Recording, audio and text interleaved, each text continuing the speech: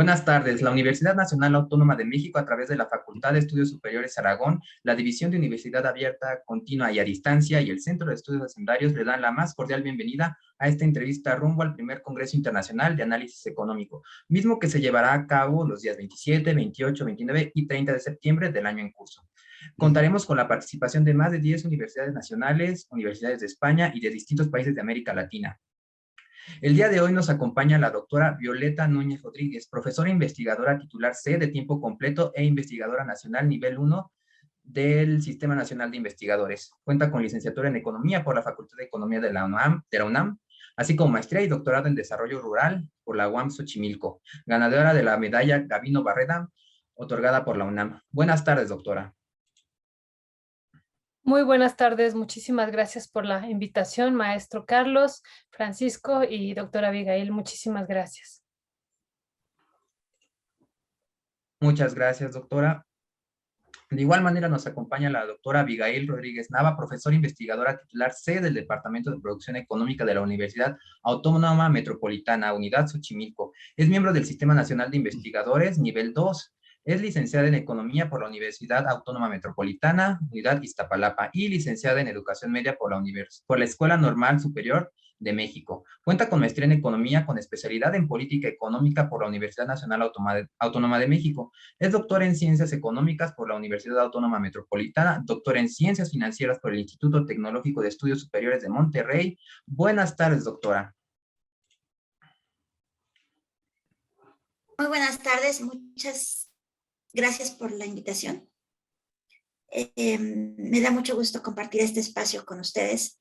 Saludos al profesor Carlos Loaesa, Francisco Bartolo y profesora Violeta Núñez. Gracias.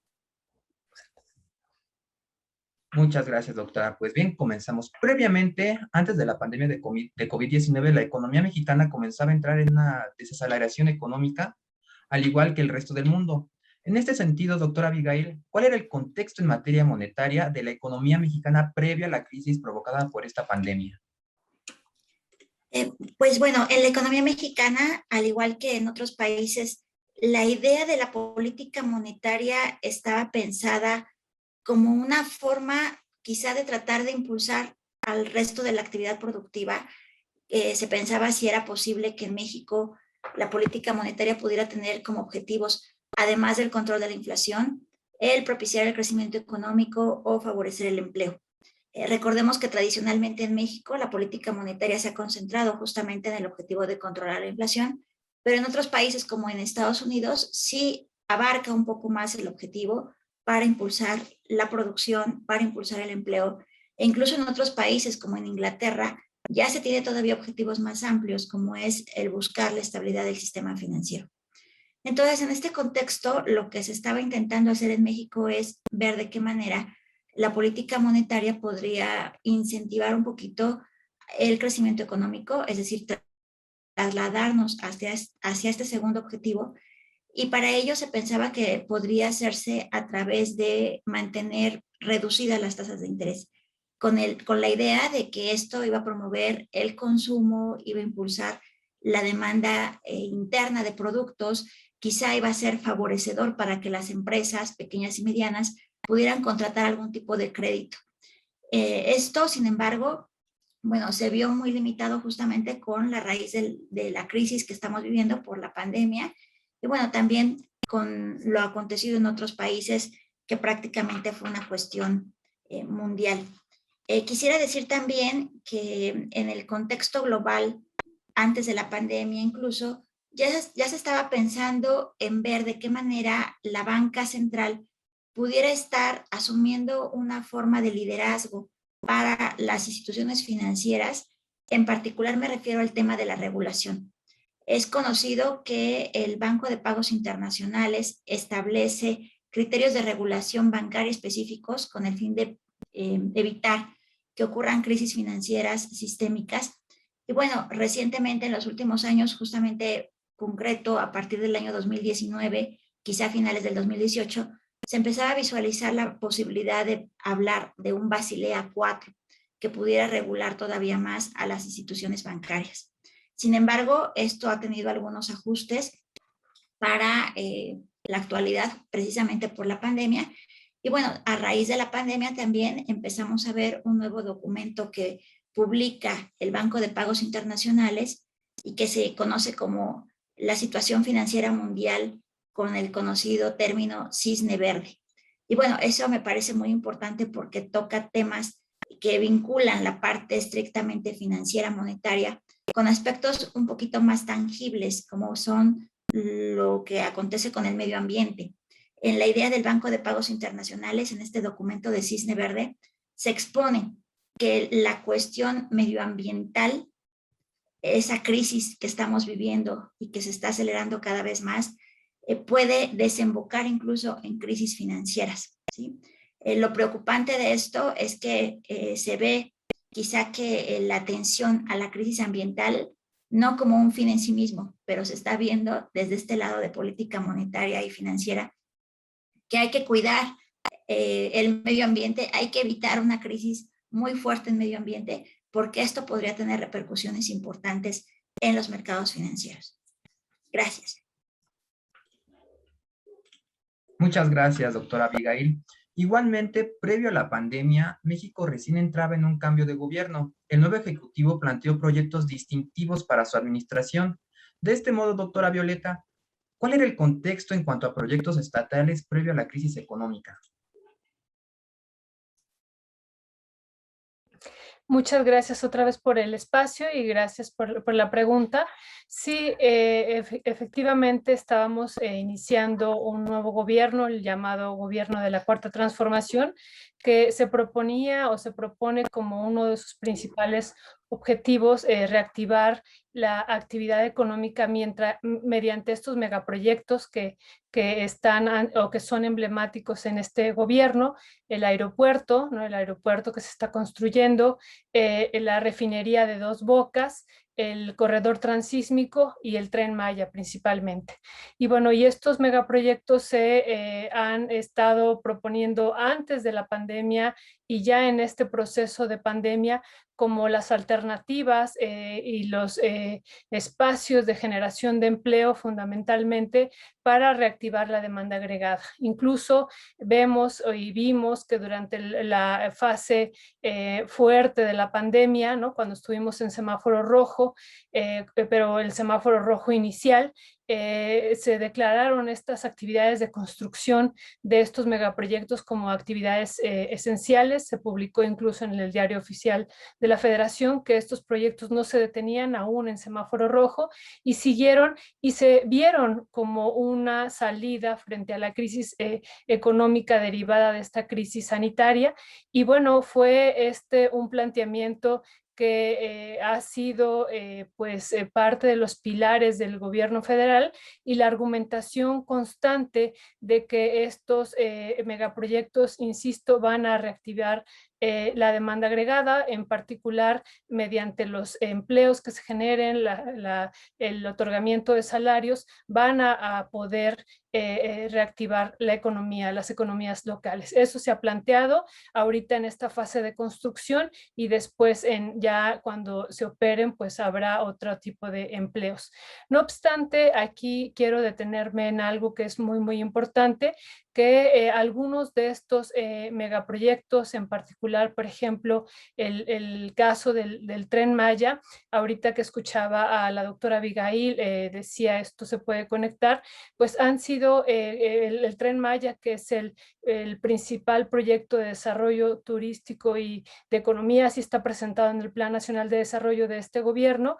Bueno, es un proyecto que, si bien es cierto, se ha ido modificando y que ahora el objetivo es que este tren no sea privado, como se había propuesto al principio, que 90% iba a ser privado y 10% público. Ahora, bueno, lo que vemos es que se le ha otorgado a la Sedena el control, va a ser quien va a operar, ¿no? La Secretaría de la Defensa, el Ejército en particular, va a ser quien va a operar el Tren Maya, con la idea, nos dice el presidente de México, de que este megaproyecto no se privatice.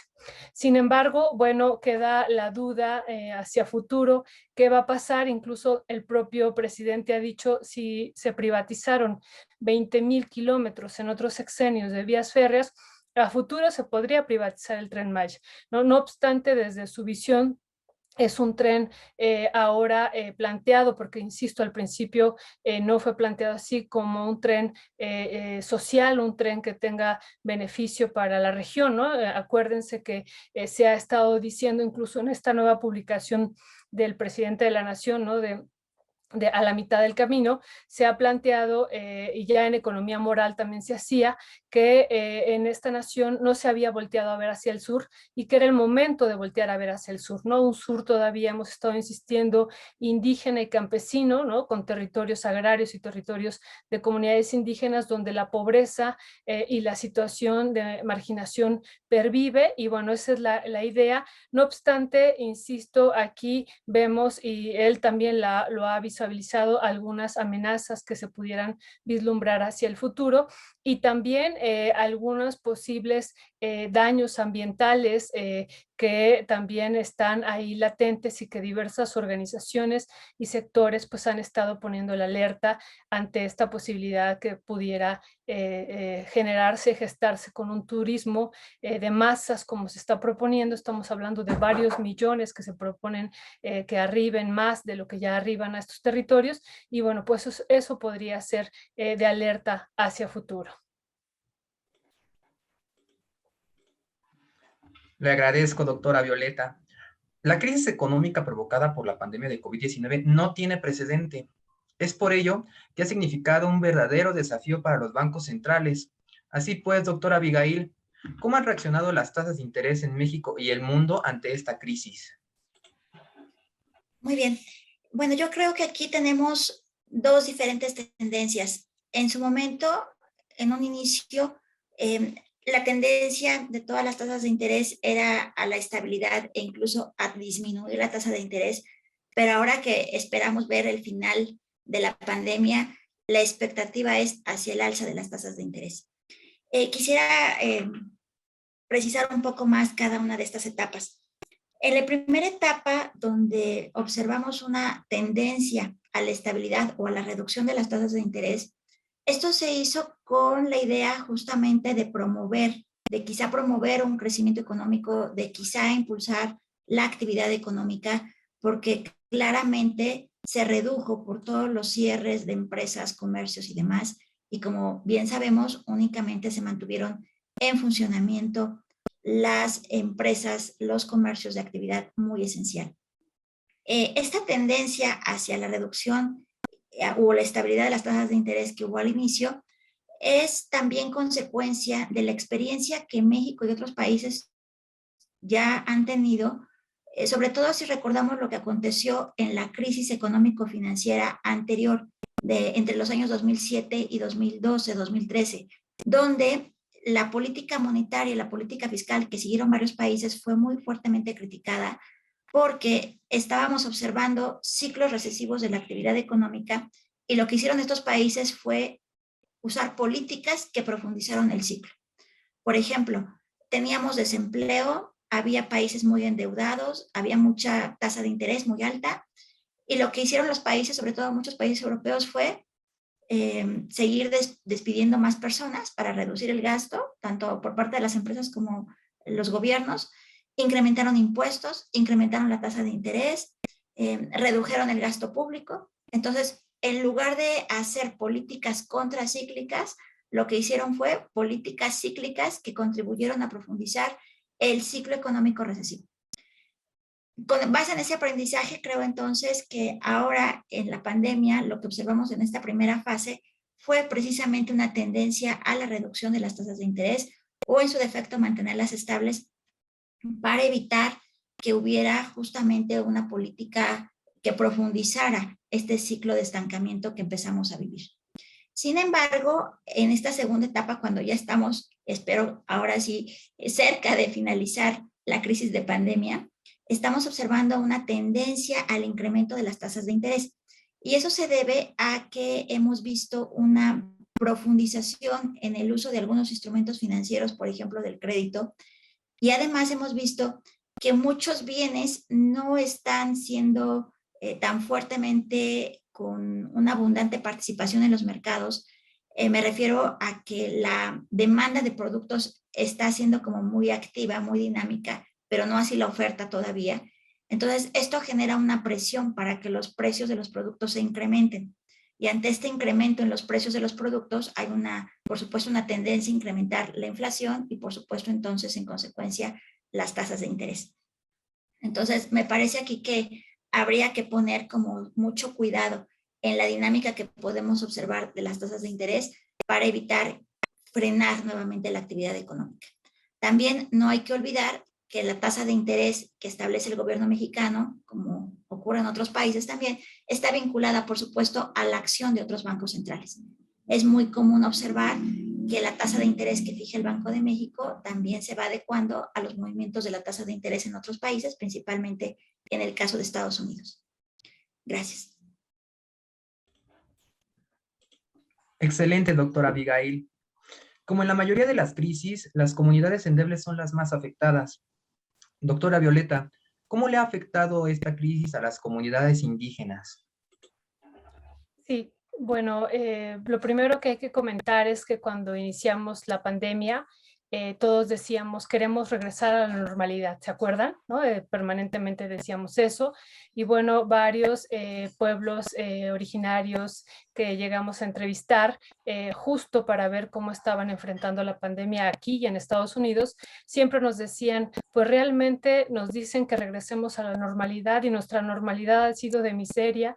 Y insisto, esto que decía de marginación y de pobreza, ¿no? Tenemos que migrar, ¿no? Hicimos algunas entrevistas a algunos tojolabales que en el contexto de la pandemia, previo al contexto de la pandemia, migraron hacia Estados Unidos y bueno, ahí se enfrentaron a una situación desastrosa. Ellos decían, no queremos regresar a la normalidad porque nuestra normalidad siempre ha sido de exclusión y de pobreza. Y bueno, y en Estados Unidos ya viviendo estos migrantes indígenas la condición de la pandemia, pues realmente fue en un principio desastrosa, ¿no? A pesar de que habían recorrido varios kilómetros desde sus comunidades de origen, pues tuvieron que enfrentar durante varios meses una situación de desempleo y no poder en un principio mandar los recursos. Después eso ya se normalizó y bueno, pues la vivencia, hemos estado escuchando una y otra vez al gobierno, al ejecutivo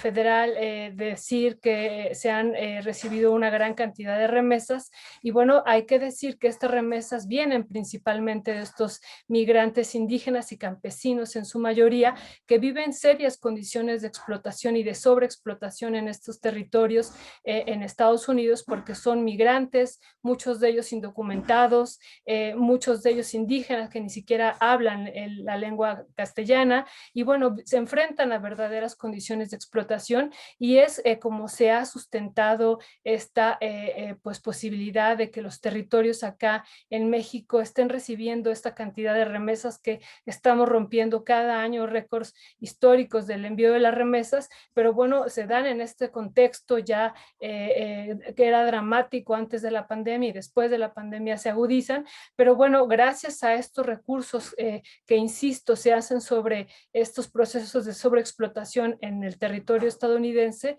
de estos indígenas migrantes, pues estos territorios también acá menos favorecidos en México, pues han logrado sortear esta pandemia también, ¿no? Gracias a estas remesas, pues una gran cantidad de comunidades indígenas y campesinos logran y han logrado sobrevivir en este momento tan complejo que hemos vivido. Pero bueno, no solo eso, también a esta primera pregunta que me hacía Francisco en torno a los proyectos del Estado mexicano, hay que agregar también este otro componente de la gran cantidad de programas sociales, de las becas que se están desplegando por todo el territorio de la nación, pero principalmente, otra vez insisto, hacia el sur, que han también logrado que pues una gran cantidad de hogares, el dato que da el propio presidente son de 30 millones de hogares, 70% de los hogares al menos reciben una beca de todas estas becas que se han gestado en este gobierno de la Cuarta Transformación, ¿no? Y entonces es así cómo se ha podido pues sobrevivir y llevar a cabo esta realidad de la pandemia, que insisto, ya para estos pueblos ya era dramática y se tornó aún más dramática, no solo por la cuestión económica, sino por la cuestión de salud, que me parece que está poco documentada.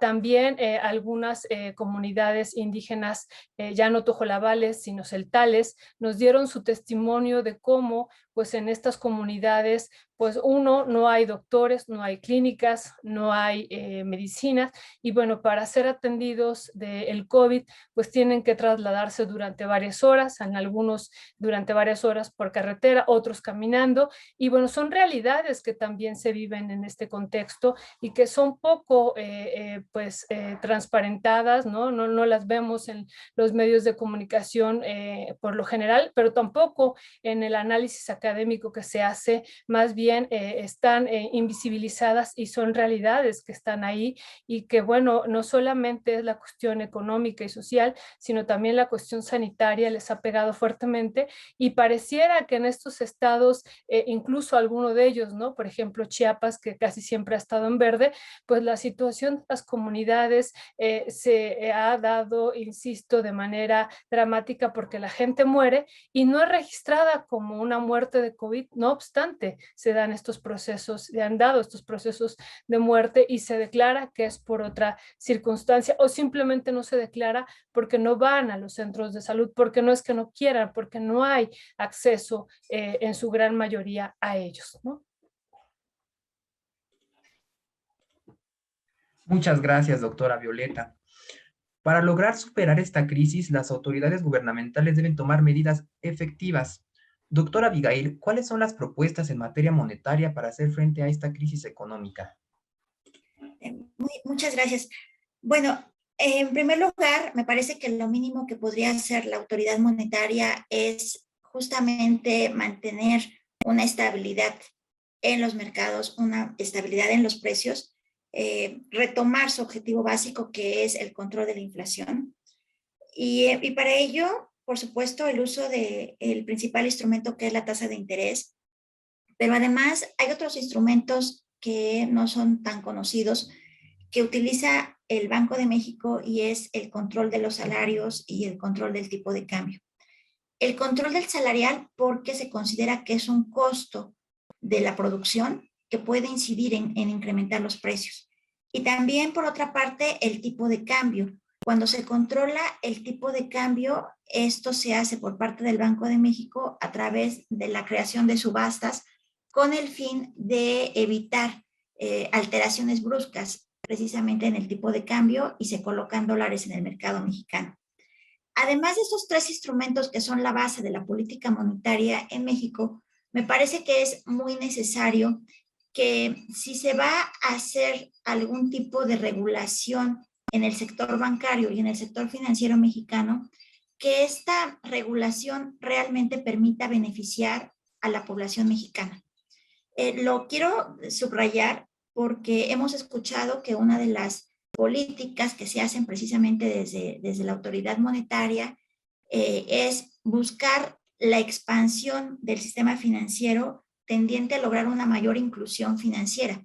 Y por eso hemos visto que en los años recientes ha ocurrido una explosión de instrumentos tecnológicos, de aplicaciones que podemos bajar de la red, que podemos usar para operar más fácil los servicios bancarios y los servicios financieros. Pero el punto es que estas tecnologías no son apropiadas totalmente por toda la población. Entonces no podemos hablar de una inclusión financiera total. Eso por una parte. Y por otra parte, tenemos un problema que en economía se le denomina financiarización.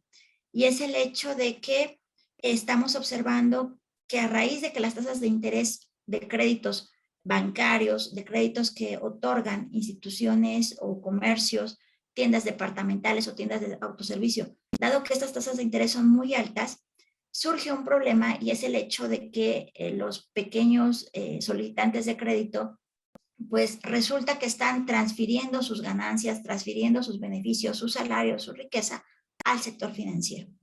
Entonces, me parece que también tendría que haber ahí una forma de regulación para evitar este excesivo cobro de tasas de interés y poder lograr que efectivamente los beneficios del sistema financiero, los beneficios del sistema bancario se extiendan a toda la población. Yo creo que por ahí tendría que ir la regulación que se piense si realmente queremos lograr que la política monetaria tenga algún tipo de incidencia en la actividad económica.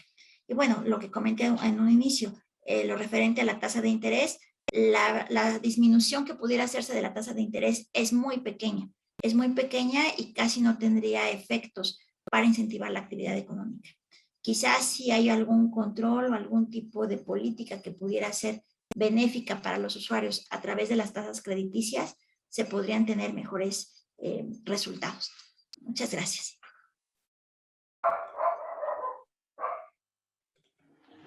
Le agradezco, doctora Abigail.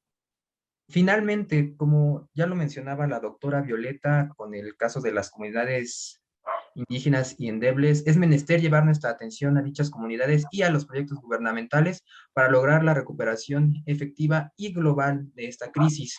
Así pues, doctora Violeta, ¿qué propuestas y áreas de oportunidad identifica en materia de proyectos y apoyos a comunidades endebles para enfrentar esta crisis? Sí, muchas gracias otra vez por la pregunta. Bueno, hay que comentar esta idea que se tiene de transformar el sur, o hay que volver a hacer énfasis en ella, transformar el sur de este país. Y bueno, se han hecho, desde mi perspectiva, grandes esfuerzos desde el gobierno federal. A lo mejor no todos la comparten, ¿no? Pero, por ejemplo, esta idea de la austeridad republicana, que ha implicado el ahorro de, un ahorro que nunca habíamos visto en este país, uno desde reducir el sueldo del presidente, eliminar secretarías desde la visión gubernamental que no eran tan prioritarias. Claro, digo, esto es cuestionable, pero bueno, todos estos ahorros se han llevado o se han intentado traducir en el incremento de este gasto público, de estos programas gubernamentales, ¿no? Que ya junto con los megaproyectos estamos hablando que en 3 años vamos casi en 2 billones de pesos, ¿no? Eso es lo que hemos contabilizado tanto de los programas sociales, de todas estas transferencias, como de estos megaproyectos. Y me parece, bueno, que por ahí podría ser una salida importante. No obstante, tendría algunos cuestionamientos al respecto sobre lo que decía hace ratito, de que hay varias comunidades indígenas, campesinas y también mestizas, ¿no? Urbanas, que no se sienten escuchados, donde incluso han dicho esta parte de la economía de la escucha quedó borrado, no fueron,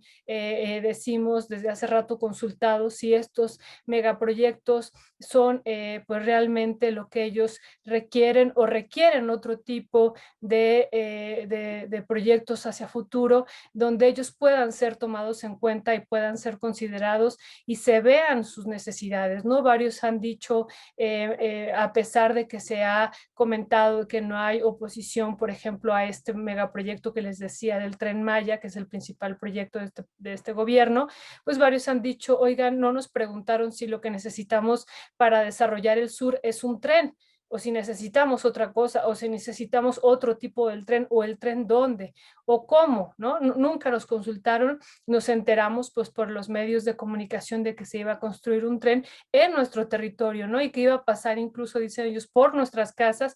Y bueno, lo que nos ha estado insistiendo una y otra vez estas personas es que, bueno, pues ellos necesitarían ser incluidos y contemplados en este tipo de proyectos, ¿no? Y me parece que ante esto también una parte del gobierno federal también está avanzando en esto, y bueno, próximamente vamos a tener una propuesta hacia Cámara de Diputados de una reforma, hablando de estos pueblos que tú comentas, Francisco, una reforma en materia indígena. Se van a reformar 15 artículos constitucionales y una parte importante de esta reforma es la economía de estos pueblos en particular se está proponiendo que ellas sean sujetos de derecho público y que ellos puedan decidir entonces sobre su desarrollo, sobre el crecimiento que tienen o que pueden tener sobre sus territorios, sobre sus recursos naturales, sus bienes naturales, que eso es fundamental porque en estos territorios de los que estamos hablando están las grandes riquezas mineras de este país, está el agua y otros elementos, están las 17,000 manifestaciones arqueológicas que se han encontrado ahora a lo largo de la ruta del Tren Maya, y bueno, hay una gran riqueza biológica y cultural también en estos espacios, y es muy importante entonces que se legisle en esta materia y que ellos puedan decidir por primera vez en la historia sobre sus economías, que ya son reconocidas en el artículo 2 constitucional, pero que hasta la fecha se sigue decidiendo sobre sus territorios, ¿no? Entonces será muy, muy importante vislumbrar estos procesos que se pueden gestar a partir de esta reforma constitucional, que les digo implicará 15 artículos y que, bueno, por primera vez ellos puedan decidir sobre sus procesos históricos. Muchísimas gracias, doctora Violeta. Pues agradecemos enormemente su participación, doctora Abigail, doctora Violeta, y sus atinadas observaciones. Maestro Carlos, ¿hay algo que nos quiera comentar?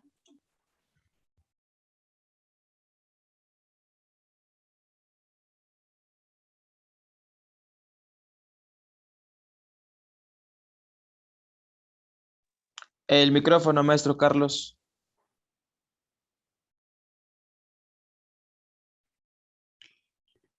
Reitero, darle las gracias por participar en esta etapa preparatoria rumbo al Congreso Internacional de Análisis Económico.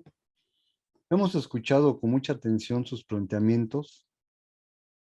En el caso de la maestra Abigail, los señalamientos en materia monetaria me parece que son de lo más relevante en momentos como los actuales, donde la parte fiscal y la parte monetaria tienen efectivamente que tener la mayor coordinación como instrumentos de política económica, pero efectivamente todos sus planteamientos han sido, pues yo diría, en términos no solo de identificar esquemas prioritarios, en términos tanto tasas de interés, en términos de proyectos productivos importantes para el caso de nuestro país, pero también algo muy relevante en términos de lo que ambas han señalado y que nosotros identificamos como propuestas.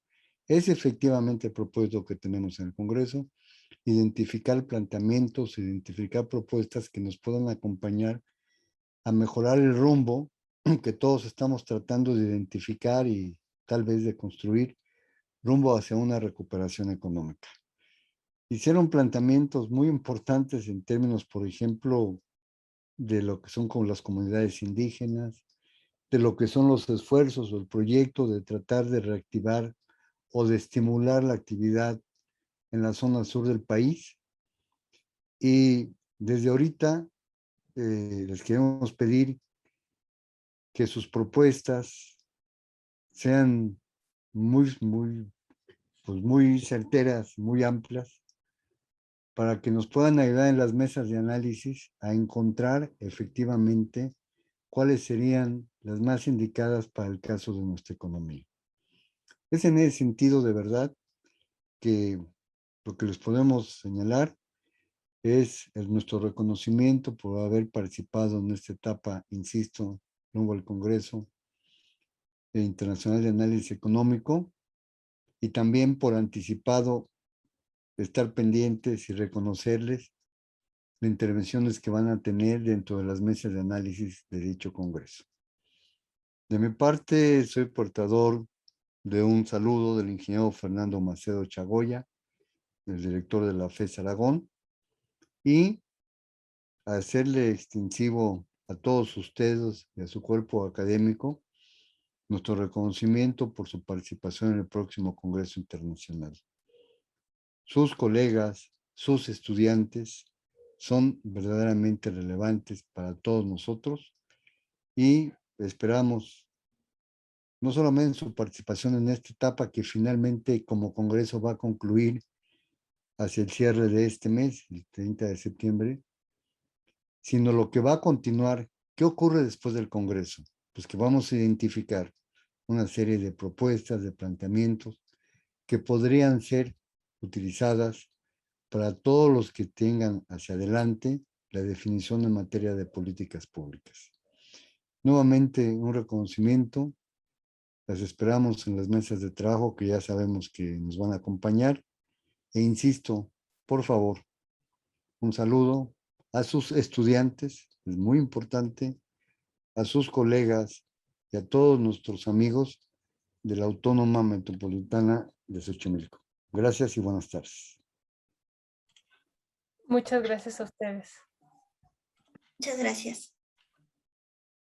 Muchas gracias, maestro Carlos. Les recordamos a nuestra amable audiencia que podrán escuchar más en el primer Congreso Internacional de Análisis Económico que, reiteramos, se llevará a cabo del 27 al 30 de septiembre. Pueden consultar todo lo relacionado al evento en nuestra página de Facebook, Congreso Internacional de Análisis Económico, o escribirnos al correo electrónico congresoanáliseseconómico@aragón.unam.mx. Muchas gracias por acompañarnos en esta entrevista rumbo al primer Congreso Internacional de Análisis Económico. Hasta luego.